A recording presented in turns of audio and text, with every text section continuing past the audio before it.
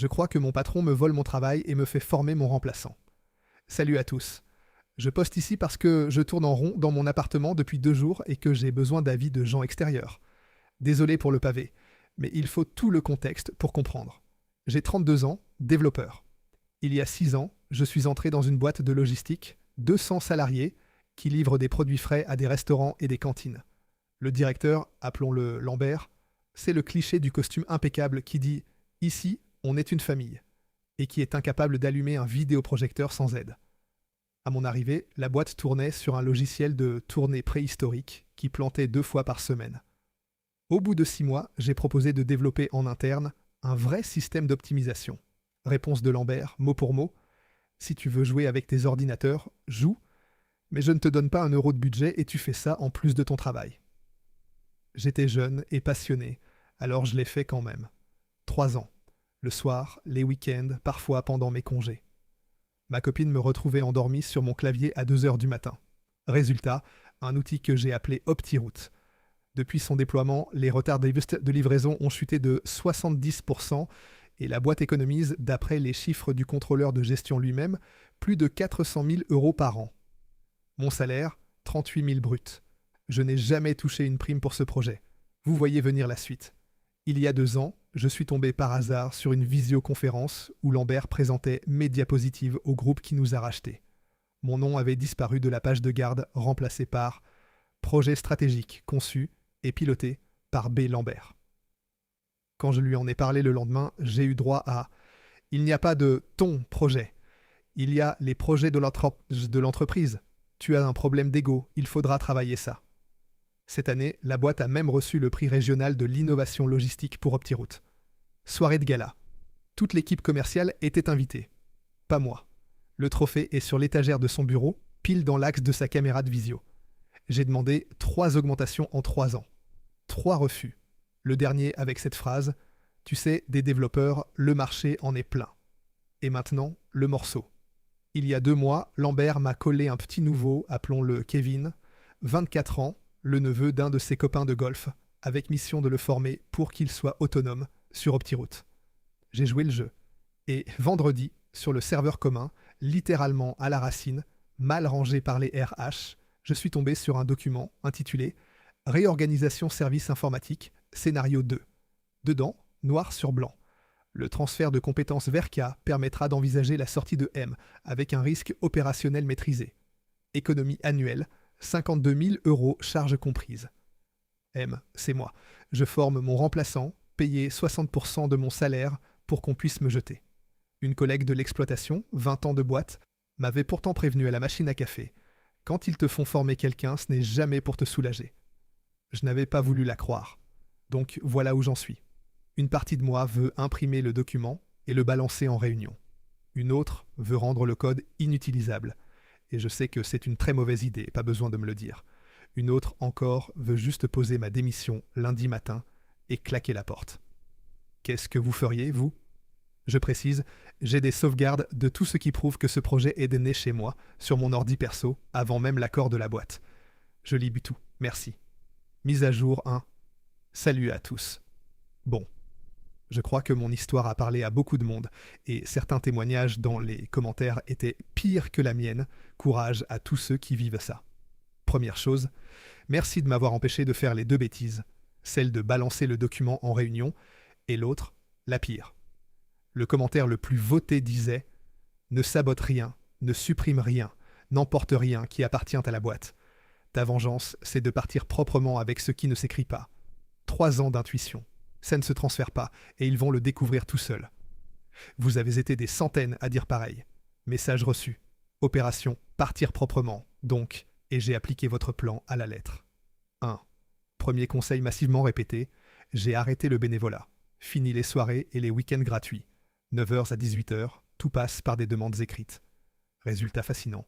En 3 semaines, tout le monde dans la boîte a remarqué que l'informatique répond moins vite. Personne ne s'était jamais demandé pourquoi ça répondait si vite avant. Mise à jour 2. J'ai fini la documentation de Kevin, complète et honnête, comme vous me l'avez dit, pour être inattaquable. Mais comme me l'a écrit l'un d'entre vous, le bug sournois des veilles de jours fériés, l'ordre exact de redémarrage des services un lundi à 5h du matin, Les 12 bricolages provisoires devenus permanents, ça ne s'écrit pas dans une documentation. Ça s'apprend en 3 ans, à 2 heures du matin. 3. Conseil massivement répété. L'avocate. Pris rendez-vous, dossier complet, mail horodaté, ma proposition initiale avec la réponse, joue avec tes ordinateurs, en pièces jointes, mes évaluations annuelles excellentes. Elle a feuilleté le dossier, elle a souri, et elle a dit « Monsieur, vous, on va bien s'occuper de vous ». Détail croustillant qu'elle a repéré. Il n'y a aucune clause de non-concurrence dans mon contrat. Lambert les a fait sauter des contrats type il y a des années, pour ne pas payer la contrepartie financière que la loi impose. Son avarice va me rendre libre. 4. Et là, un conseil qui m'a fait cogiter. Ton CV vaut de l'or précisément chez ceux que ta boîte empêche de dormir. Le concurrent direct, 2 fois plus gros que nous, est connu pour avoir une logistique du frais catastrophique. Exactement le problème que j'ai déjà résolu une fois. J'ai déjeuné avec leur directeur des opérations la semaine dernière. Je n'ai rien signé, mais sa phrase de fin « Si un jour vous êtes libre, appelez-moi avant tout le monde ». Pendant ce temps, au bureau, l'ambiance est surréaliste. Lambert est devenu aimable avec moi. Ce qui confirme tout, c'est l'amabilité qu'on réserve aux condamnés. Kevin pose des questions de moins en moins subtiles, genre « Et si un jour t'es pas là, on fait comment pour le module de nuit ?» Si un jour t'es pas là. La délicatesse d'un bulldozer. Ma question pour vous maintenant, je sens que ça va tomber dans les semaines qui viennent. Est-ce que je prends les devants et je démissionne pour partir tout de suite chez le concurrent ? Ou est-ce que j'attends qu'il me licencie, ce qui est mieux pour mes droits et pour la suite juridique ? Mon avocate dit d'attendre, ma fierté dit de partir. Tranché, je lis tout. Mise à jour 2. Salut à tous. Voilà. Du mois suite à mon premier poste, c'est fait. Et vous aviez raison de me dire d'attendre à 80% dans les sondages des commentaires, parce que ce qu'ils ont fait dépasse mes espérances. Vendredi dernier, 17h45, convocation. Lambert, le DRH, et un carton vide posé sur la table, pour mes affaires. Motif officiel de mon licenciement, accrochez-vous, insuffisance professionnelle. Moi, l'auteur du logiciel qui leur économise 400 000 € par an. Insuffisance professionnelle. Mon avocate, quand je lui ai transmis la lettre, a littéralement éclaté de rire au téléphone. Puis elle a dit, très calme, « C'est un cadeau. Avec vos 6 ans d'évaluation excellente, ce motif est indéfendable. On y va. » Lambert a fait son numéro, faussement désolé. L'entreprise évolue et tu n'as pas su évoluer avec elle. Et puis, parce que ces gens-là ne peuvent pas s'en empêcher, il a ajouté avec un petit sourire, « Tu sais, des développeurs, le marché en est plein. Ceux qui suivent Dopulgemes depuis le premier poste apprécieront. » Et là, j'ai fait le truc que m'avait soufflé un commentaire sous ma dernière mage. « S'ils te virent, ne leur donne ni colère ni larmes. Dis merci. Tu comprendras plus tard à quel point ce merci était sincère. » Je lui ai serré la main, je l'ai regardé dans les yeux et j'ai dit « Merci Bernard. » Il a cru que j'étais brisé. La veille, ma collègue de l'exploitation avait posé un paquet de gâteaux sur mon bureau sans un mot.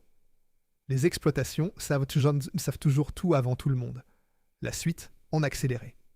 Lundi, appel aux concurrents. Mardi, déjeuner avec la direction. Jeudi, proposition signée. Responsable du développement des outils logistiques, une équipe de 4 personnes et un salaire 70% au-dessus de l'ancien. 70%. À tous ceux qui, comme moi avant, se font convaincre qu'ils ne valent rien. Le marché, parfois, a un avis très différent de celui de votre patron. Les prud'hommes sont lancés. Et pour ceux qui demandent des nouvelles de l'ancienne boîte, il paraît qu'Optiroute a planté le week-end du pont, le fameux bug des veilles de férié, et que les tournées du lundi sont parties avec les données de la semaine d'avant. 32 livraisons aberrantes, des cantines livrées en double, des restaurants oubliés, 2 clients perdus en une journée. Je n'ai rien fait, je n'ai rien eu à faire. C'est ça que vous aviez compris dès le premier jour. Prochaine mise à jour quand les prud'hommes seront finis. Une dernière question d'ici là, par curiosité. D'après vous, combien de temps avant que le téléphone sonne et que ce soit lui ? Les paris sont ouverts en commentaire. Mise à jour finale. Salut à tous. Dernière mise à jour de cette saga 8 mois plus tard. Et elle va être savoureuse. D'abord, le pari. Ceux qui dit 6 mois ont gagné. 6 mois presque jour pour jour après mon licenciement, mon téléphone a sonné un mardi matin. Numéro inconnu. Mathieu, c'est Bernard Lambert. Bernard. Pas Monsieur Lambert. Bernard. La voix douce, presque humble. Le contexte, que j'ai appris par mes anciens collègues. Après le plantage du pont, Kevin a fini en arrêt maladie. Épuisement, je n'ai d'ailleurs aucune rancune contre lui, il était juste jeune et jeté dans le grand bain. Le groupe a payé un prestataire pour reprendre le code. Verdict du prestataire après 3 semaines, rapporté mot pour mot. Ce système est remarquable, mais il repose sur une connaissance qui n'est plus dans l'entreprise. La personne qui a conçu ça, il faut la faire revenir, quel qu'en soit le prix.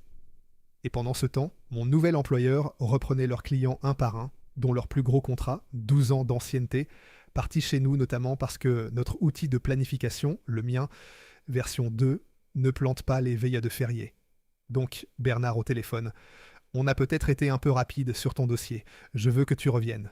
Tu peux quasiment fixer ton chiffre. Quasiment fixer mon chiffre. À l'homme du carton vide. Vous vous souvenez tous de ce que vous m'aviez écrit. Un commentaire était devenu culte sous ma dernière mage. Le jour où il rappellera, tu n'auras besoin que d'une seule phrase. Tu sauras laquelle. J'ai laissé un long silence. Le premier silence de notre relation qui m'appartenait. Et j'ai dit, Bernard, des développeurs, le marché en est plein. Et j'ai raccroché. Je ne vais pas mentir. J'ai dansé dans mon salon. Le reste, en vrac. Les prud'hommes ne sont jamais allés jusqu'à l'audience. La partie adverse a transigé pour l'équivalent de presque 2 ans de salaire net dès que mon avocate a posé sur la table les évaluations. La preuve que le projet conçu et piloté par B. Lambert était né sur mon ordinateur personnel et le document qui planifiait ma sortie 10 mois avant le licenciement pour prétendue insuffisance. Cet argent est devenu l'apport de notre maison. 3 mois après le coup de fil, le groupe a perdu patience et a audité la filiale. Tout est sorti. Le projet volé, le concepteur licencié 6 mois avant un déploiement majeur, les clients perdus. Lambert a été remercié par visioconférence, un mercredi matin, par un directeur de zone qui a la moitié de son âge. On m'a dit qu'il a eu droit à son carton, lui aussi. J'espère qu'il était de bonne qualité. Et moi, je vous écris depuis Lisbonne, en séminaire avec mon équipe, parce que j'ai été promu directeur des systèmes d'information. Ce week-end, j'épouse celle qui me ramassait endormie sur mon clavier. Le soir où on a appris pour Lambert, elle a levé son verre et elle a dit « à l'insuffisance professionnelle ». On en rit encore. À vous tous, les milliers d'anonymes qui ont suivi cette histoire, vous m'avez évité les 2 pires erreurs de ma vie et vous m'avez appris la vengeance la plus propre qui existe, celle qui consiste à laisser les gens subir les conséquences de leurs propres décisions. La leçon, pour ceux qui vivent la même chose, documentez tout, ne travaillez jamais gratuitement pour des gens qui vous comptent, et souvenez-vous que votre valeur ne baisse pas parce que quelqu'un refuse de la voir. Une toute dernière chose avant de fermer ce chapitre. Ma femme et moi, on n'est toujours pas d'accord sur un point, alors je vous laisse trancher en commentaire. Moi, j'ai savouré mon silence et j'ai raccroché. Mais est-ce que j'aurais dû accepter de revenir, à prix d'or, et le regarder me supplier tous les matins? Dites-le moi. Vous m'avez accompagné jusqu'ici, votre avis compte une dernière fois. Abonnez-vous pour ne pas louper les prochains karmas.